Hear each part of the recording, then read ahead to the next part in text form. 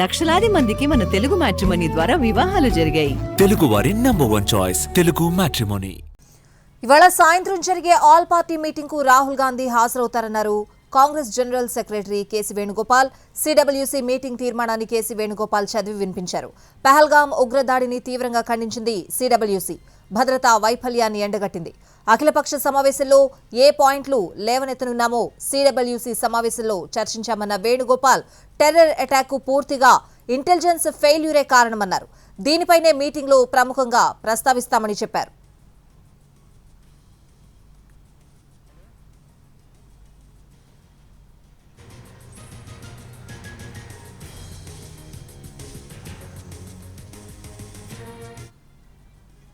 ఇవాళ సాయంత్రం జరిగే ఆల్ పార్టీ మీటింగ్ కు రాహుల్ గాంధీ హాజరవుతారని అన్నారు Congress general secretary KC Venugopal. ఇదే అంశానికి సంబంధించిన పూర్తి అప్డేట్స్ అడిగి తెలుసుకుందాం. మా ప్రతినిధి ప్రసాద్ లైవ్ లో సిద్ధంగా ఉన్నారు. ప్రసాద్,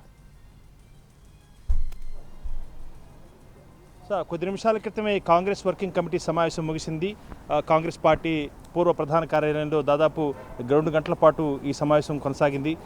పెహల్గాం ఘటన, అదేవిధంగా అక్కడ పెహల్గాం ఉగ్రవాద దాడికి దారితీసినటువంటి పరిస్థితులు, అదేవిధంగా అక్కడ సెక్యూరిటీ పరంగా అంటే రక్షణ పరంగా గతంలో 3 అంచెల భద్రతా చర్యలు ఉండేవి. అదేవిధంగా అక్కడ పెహల్గాం ప్రాంతం అంతా కూడా పూర్తి స్థాయి రక్షణ కవచంగా రక్షణ దళాల వలయంలో ఉండేది. అలాంటిది ఏమాత్రం కూడా రక్షణ చర్యలు లేవన్న అంశాన్ని ఇక్కడ ప్రస్తావిస్తూ దీనిపై ప్రశ్నలు వేసుకోవాలి, ఇది ప్రజల క్షేమం కోసం, వాళ్ళ రక్షణ కోసం ఇలాంటి ప్రశ్నలు వేసుకోవాలని చెప్పి కూడా కాంగ్రెస్ వర్కింగ్ కమిటీ చేసినటువంటి తీర్మానాలు పేర్కొనడం జరిగింది. అయితే ఇదే అంశాలను ఈరోజు సాయంత్రం 6 గంటలకు జరిగే అఖిలపక్ష సమావేశంలో కూడా ప్రశ్నలు సంధిస్తామని చెప్పి కూడా కాంగ్రెస్ పార్టీ చెప్పింది. అదేవిధంగా రాహుల్ గాంధీ ఈ అఖిలపక్ష సమావేశానికి హాజరవుతున్నారు. అర్థాంతరంగా అమెరికా పర్యటన ముగించుకొని పెహల్గాం ఉగ్రవాది దాడి నేపథ్యంలో ఆయన హుటాహుటిన భారత్ రావడం జరిగింది. అదేవిధంగా కాంగ్రెస్ వర్కింగ్ కమిటీ సమావేశంలో పాల్గొన్నారు.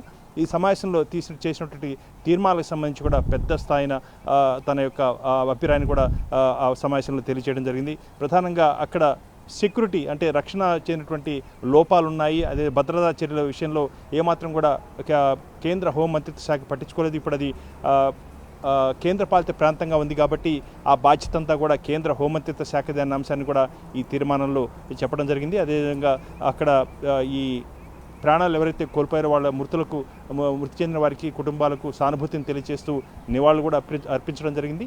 దాంతోపాటు నిజమైనటువంటి నివాళి కనుక మనం చూసినట్లయితే ఇలాంటి ప్రభుత్వం తమను తామే ప్రశ్నించుకోవాలి. ఈ రకంగా రక్షణ చర్యల లోపాలు ఎందుకు జరిగాయి, దీన్ని సరిదిద్దుకోవాల్సిన అవసరం ఉంది. అతి త్వరలోనే లక్షలాది మంది యాత్రికులు పాల్గొనే అమర్నాథ్ యాత్రకు సంబంధించి కట్టుదిట్టమైనటువంటి చర్యలు తీసుకోవాలి. వారికి రక్షణ, వారి ప్రాణ రక్షణ మనం జాతీయ స్థాయిలో అదే ప్రథమంగా మనం పరిగణలో తీసుకోవాలన్న అంశాన్ని కూడా ఈ తీర్మానంలో పేర్కొనడం జరిగింది. పెద్ద ఎత్తున కాంగ్రెస్ వర్కింగ్ కమిటీ సమావేశంలో పెహల్గాంపై తమ యొక్క అభిప్రాయాలను, అదేవిధంగా ప్రజల రక్షణ సంబంధించి ఉన్నటువంటి లోపాలను, ప్రభుత్వం యొక్క ఉదాసీనతను కూడా ఇక్కడ ప్రశ్నిస్తూ తీర్మానం చేయడం జరిగింది. ఇదే అంశాలను ఈరోజు సాయంత్రం జరిగే అఖిలపక్ష సమావేశంలో కూడా ప్రభుత్వాన్ని నిలదీసే ప్రయత్నం చేస్తుంది ఈ Congress party. Thanks for the updates.